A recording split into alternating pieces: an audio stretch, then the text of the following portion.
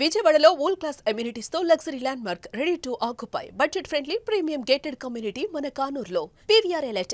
ఆంధ్రప్రదేశ్ దేశానికే డిఫెన్స్ క్లస్టర్గా మారబోతుంది. దానికి సంబంధించినటువంటి సంకేతాలు రోజుకొకటిగా బయటకు వస్తున్నాయి. ఇప్పటికే ఆంధ్రప్రదేశ్ ప్రభుత్వం 3 ప్రాంతాల్లో డిఫెన్స్ రిలేటెడ్ ఇండస్ట్రీస్ని డెవలప్ చేసేటువంటి ప్రాతిపదికను కేంద్ర ప్రభుత్వం ముందరుంచింది. అనంతపురం జిల్లాలో మడకశిర ప్రాంతాన్ని ఒక జోన్గా ఎంచుకుని చూస్తే, మరోవైపు దొనకొండ ఏరియాని, ప్రకాశం జిల్లాలో ఉన్నటువంటి ఏరియా ఇది, అలానే కృష్ణా జిల్లాలో ఉన్నటువంటి జగ్గయ్యపేట ప్రాంతాన్ని, ఈ 3 ప్రాంతాల్లో కూడా డిఫెన్స్ రీసెర్చ్కి సంబంధించినటువంటి పరిశ్రమల్ని ఏర్పాటు చేయడానికి అనువైనగా రాష్ట్ర ప్రభుత్వం ప్రతిపాదించింది. ఇప్పుడు అందులో ఒక అడుగు ముందుకు పడింది. BDL భారత్ డైనమిక్స్ లిమిటెడ్ సంస్థ దొనకొండలో అడుగు పెట్టబోతుంది. 1200 కోట్ల రూపాయలని ఇన్వెస్ట్మెంట్స్ చేయడం ద్వారా ఒక భారీ పరిశ్రమని స్థాపించబోతుంది. అది కూడా ఈ పరిశ్రమ స్థాపన జరిగితే కనుక దేశానికి కావాల్సినటువంటి ఇంటిగ్రేటెడ్ గైడెడ్ మిసైల్స్ దగ్గర నుంచి సెన్సార్లు, లేజర్లు, రకరకాల ఎక్విప్మెంట్, ముఖ్యంగా ఆయుధ సంపత్తిలో ఉపయోగించేటువంటి సామాగ్రిని తయారు చేసేటువంటి కేంద్రంగా ఇది మారబోతుంది. ఎందుకు దొనకొండలో ఇది ఎక్కడ ఉంది, ఎక్కడ వచ్చేటువంటి అవకాశం ఉంది, ఒకసారి విశ్లేషించేటువంటి ప్రయత్నం చేద్దాం. ఇప్పటికే మనకు తెలుసు, క్షిపణులు, ఆకాశ్ లాంటి క్షిపణులు ఇవన్నీ కూడా BDL ఆధ్వర్యంలో తయారయ్యేటువంటివి. డిఫెన్స్ రీసెర్చ్ డెవలప్మెంట్ సంస్థ డెవలప్ చేస్తే మ్యానుఫ్యాక్చరింగ్ ప్రక్రియ అంతా కూడా BDL ఆధ్వర్యంలోనే, భారత్ డైనమిక్స్ లిమిటెడ్ ఆధ్వర్యంలోనే జరుగుతాయి. ఇది అందరికీ తెలిసినటువంటిది. ఇక్కడ ప్రకాశం జిల్లా పరిధిలోకి వచ్చేటువంటి దొనకొండ ఏరియా చూస్తే కనుక గతంలో ఆంధ్రప్రదేశ్ రాజధాని అక్కడ పెట్టాలనేటువంటి చర్చ కూడా జరిగింది. ఈ దొనకొండ ఏరియా సమీపంలో ప్రభుత్వ భూములు విరివిగా ఉన్నాయి. అలానే డిఫెన్స్ క్లస్టర్కి అనుకూలమైనటువంటి ప్రదేశంగా దీన్ని గుర్తిస్తున్నారు. కాబట్టి ఇక్కడ ఈ ప్రాంతంలో పెడితే కనుక ఇది 2 విధాలుగా కలిసి వస్తుంది. ఎందుకంటే ఇటువైపు కృష్ణా జిల్లాకి సమీపంలో మిసైల్ టెస్టింగ్ సెంటర్ రాబోతుంది, ఇటు దివిసీమ దగ్గర.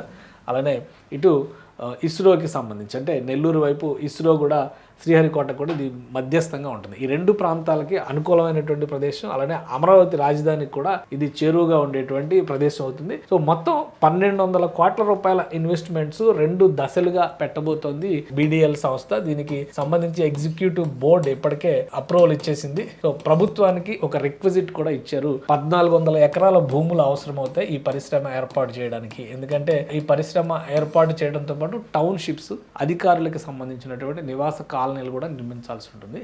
వాటికి సంబంధించి కనీసం ఒక 600 కుటుంబాలు నివసించే విధంగా, అంటే 600 కుటుంబాలు అంటే ఆల్మోస్ట్ ఒక విలేజ్ సైజ్ నిర్మాణం, టౌన్షిప్ అక్కడ జరుగుతుంది. కాబట్టి ఇది అవసరం అవుతుంది. ఈ 1200 కోట్లని కూడా 2 దశల్లో ప్రభుత్వం కేంద్రం వెచ్చించబోతుంది. 2 దశల్లో దీనికి సంబంధించి. దీంతో పాటు మరొక ముఖ్యమైనటువంటి విషయం ఏం చెప్తున్నారంటే, ఇన్ఫ్రాస్ట్రక్చర్ డెవలప్మెంట్ పైన కూడా BDL ఒక పెద్ద ప్రతిపాదన చేసింది. సో దీన్ని ఒక సెంటర్ పాయింట్గా డెవలప్ చేయడంతో పాటు రాబోయేటువంటి రోజుల్లో విదేశాలకు ఎగుమతి చేసేటువంటి అవసరం కూడా ఉండొచ్చు. కాబట్టి అత్యధిక ఉత్పాదక సామర్థ్యంతో ఈ ప్లాంట్ ఏర్పాటు చేయాలని చెప్పని భావిస్తున్నారు. 600 మందికి ప్రత్యక్షంగా ఇక్కడ ఉద్యోగ అవకాశాలు దక్కుతాయి, 1000 మందికి పరోక్షంగా ఉద్యోగ అవకాశాలు దక్కుతాయి అని చెప్పని BDL సంస్థ చెబుతుంది.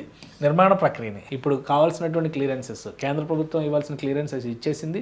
BDL ఎగ్జిక్యూటివ్ బోర్డు కూడా డెసిషన్ తీసేసుకుంది. కాబట్టి నిర్మాణానికి ఇమీడియట్గా ముందుకు వెళ్ళడానికి అవకాశం ఉంది. అందుకే రాష్ట్ర ప్రభుత్వం ముందర ఈ ప్రతిపాదనని BDL పెట్టింది. రాష్ట్ర ప్రభుత్వం ఆమోదించిన తర్వాత వివిధ శాఖల సమన్వయంతో తీసుకోవాల్సినటువంటి పర్యావరణ అనుమతులు కానీ, ఇతర అనుమతులు కానీ ఉంటాయి. ఇవన్నీ కంప్లీట్ చేసేదానికి 2026 మార్చి వరకు ఒక సమయాన్ని పెట్టుకుంది. ఈ లోపు అన్నీ క్లియర్ అయ్యి కనుక ల్యాండ్ హ్యాండ్ ఓవర్ అయితే పనులు ప్రారంభించడానికి BDL సుముఖంగా ఉన్నట్టుగా ప్రకటించింది. BDL ఈ పనులు ప్రారంభించిన తర్వాత 2 ఏళ్ళు టార్గెట్ పెట్టుకుంది. 2028 నాటికి 2 దశల్లో పనులు పూర్తి చేస్తారు. ఫస్ట్ ప్లాంట్ నిర్మాణం, తర్వాత టౌన్షిప్ల నిర్మాణం. 2028 నాటికి ఇక్కడ మ్యానుఫ్యాక్చరింగ్ కూడా స్టార్ట్ చేసేలాగా ప్లాన్ చేస్తున్నారు. 2028 బహుశా నవంబర్ నాటికి ఇది అన్నీ కలిసి వస్తే కనుక మ్యానుఫ్యాక్చరింగ్ స్టార్ట్ చేసేటువంటి అవకాశం ఉంటుంది. సో ఇక్కడ టెస్టింగ్ సెంటర్ ఉంటుంది. అలానే ఎక్విప్మెంట్కి సంబంధించి, ముఖ్యంగా దీనికి సంబంధించిన క్షిపణులకి సంబంధించినటువంటి సిమ్యులేటర్స్ డెవలప్మెంట్ ఉంటుంది. ఫుల్ ఫ్లెడ్జ్డ్ ఎక్విప్మెంట్ ఇన్స్టలేషనే 2027 ఎండింగ్ నాటికి, అంటే 2027 జూన్ నాటికి కంప్లీట్ చేయాలనేటువంటి టార్గెట్తో ఉన్నారు.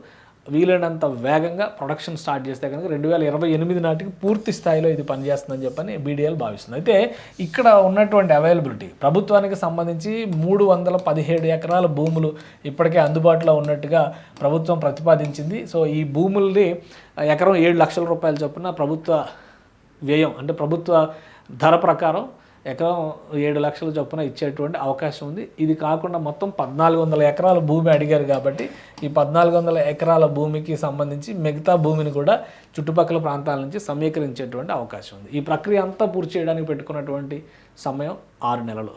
మార్చి కల్లా ల్యాండ్ ఎక్విజిషన్ కంప్లీట్ అయ్యి బీడీఎల్కి కనుక హ్యాండ్ ఓవర్ చేస్తే రాబోయేటువంటి రోజుల్లో బీడీఎల్ ఫ్యాక్టరీ ప్రారంభం కావడానికి అన్ని ఏర్పాట్లు చేసేటువంటి అవకాశం ఉంది. సో ఈ ప్లాంట్ నిర్మాణానికి సంబంధించి కూడా బీడీఎల్ కొన్ని ప్రతిపాదనలు చేసింది.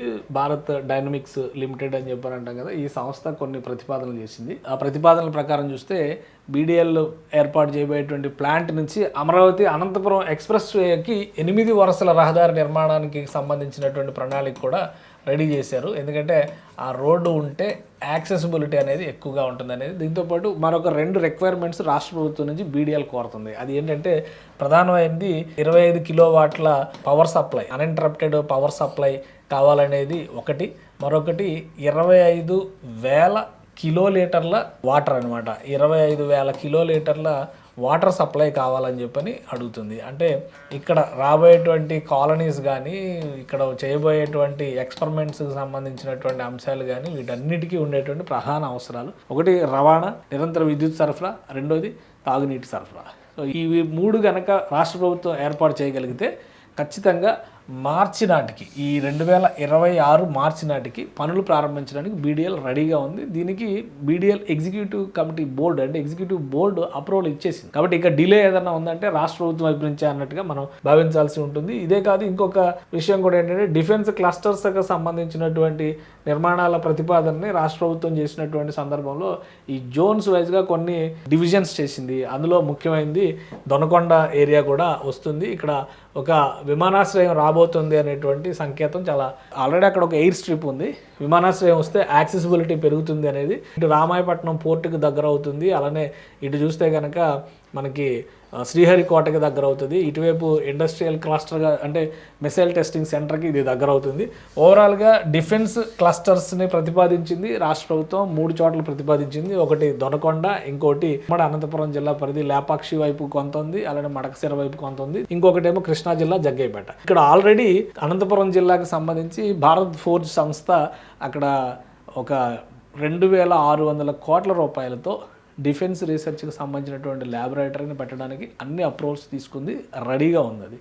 సో ఇక్కడ వచ్చేసి ఇప్పుడు అఫీషియల్గా బీడీఎల్ అనౌన్స్మెంట్ జరిగిపోయింది. బీడీఎల్కి సంబంధించినటువంటి క్లారిటీ వచ్చేసింది. ఇక్కడేమో భారత్ ఫోర్జ్ వస్తుంది. భారత్ ఫోర్జ్ కూడా అది ప్రైవేట్ రంగ సంస్థ అయినప్పుడు కూడా ఒక డిఫెన్స్ రంగంలో ఇంపార్టెంట్ అంశం కిందే చెప్తున్నారు. ఇక జగ్గయ్యపేట ప్రాంతం ఒకటి ఉంది. ఇక్కడ బ్రహ్మోస్ క్షిపణులకి సంబంధించినటువంటి తయారీ కేంద్రం, అది డిఆర్డిఓ ఆధ్వర్యంలో వస్తుంది అనేటువంటిది ఇంకా అఫీషియల్గా రాలేదు. కానీ ఇన్ఫర్మేషన్ అయితే ఉంది. కేంద్ర ప్రభుత్వ పరిశీలనలో ప్రతిపాదనలు ఉన్నాయి. రాష్ట్ర ప్రభుత్వం కూడా దానికి సుముఖత వ్యక్తం చేసింది. ఇక్కడ జగ్గయ్యపేట దగ్గర సుమారు 600 నుంచి 800 ఎకరాల భూమి అవసరం అవుతుందని చెప్పని ఒక ప్రతిపాదన. సో ఇవి 3 కనుక కంప్లీట్ అయితే ఆంధ్రప్రదేశ్ రాబోయేటువంటి రోజుల్లో దేశానికే డిఫెన్స్ క్లస్టర్ అయ్యేటువంటి అవకాశం ఉంది. అంత పెద్ద ఎత్తున పారిశ్రామికీకరణ, రీసెర్చ్, ముఖ్యంగా దక్షిణాది రాష్ట్రాలు ఆపరేషన్ సింధూర్ తర్వాత దక్షిణాది రాష్ట్రాలని ఆయుధాగారాలుగా మలుచుకోవాల్సినటువంటి అవసరం ఉందని కేంద్ర ప్రభుత్వం భావిస్తుంది. అందులో భాగంగానే ప్రైవేట్ మ్యానుఫ్యాక్చరింగ్ని ఎంకరేజ్ చేస్తూనే ప్రభుత్వ రంగ సంస్థలను కూడా విస్తరించేటువంటి ప్రణాళికలను కేంద్ర ప్రభుత్వం టేకప్ చేసింది. ఆ అవకాశాన్ని అందిపుచ్చుకోవడం ద్వారా ఆంధ్రప్రదేశ్ ప్రభుత్వం ఈ ప్రతిపాదనలను ముందర పెట్టింది. ఇప్పుడు బీడీఎల్ రాక అనేది ఏపీకి ఖచ్చితంగా ఆయువు పెంచేటువంటి అంశంగా మనం చూడాల్సి ఉంటుంది. దీనివల్ల వెనుకబడినటువంటి ప్రాంతంగా భావించేటువంటి ఉమ్మడి ప్రకాశం జిల్లా పరిధిలో కూడా ఇన్ఫ్రాస్ట్రక్చర్ డెవలప్మెంట్, పారిశ్రామికీకరణకు మార్గం సుగమం అవుతుందని చెప్పచ్చు.